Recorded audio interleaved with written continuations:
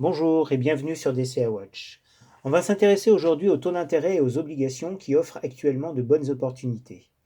Alors bien sûr, ceci n'est pas un conseil en investissement, mais juste un partage d'expérience. Le marché des taux va être intéressant à suivre prochainement pour plusieurs raisons dans un contexte de fin de remontée des taux de la part de la Fed. Premièrement, avec les discussions sur le relèvement du plafond de la dette américaine, et deuxièmement en France avec l'abaissement possible de la notation de sa dette souveraine.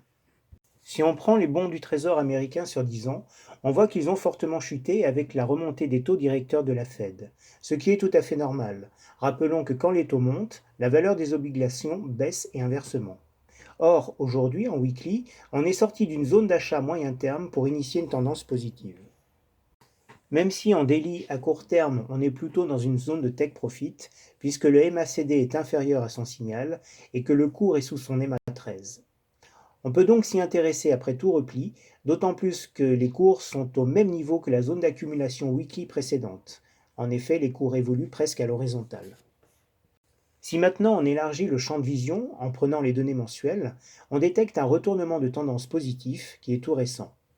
Or, on voit que le cours est sous son EMA 13, il suffit qu'il la franchisse à la hausse pour avoir un signal d'achat long terme.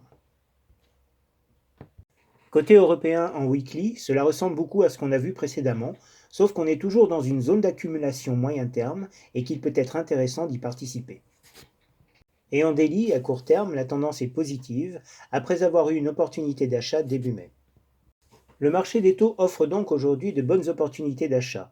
Il est intéressant à suivre pour se constituer un portefeuille obligataire, en privilégiant bien sûr les obligations corporate aux obligations d'État.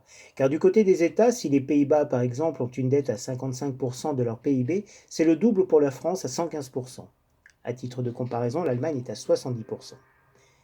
Quoi qu'il en soit, on va suivre de près le marché obligataire et l'évolution des taux dans les prochaines semaines. Salut et bon investissement à tous!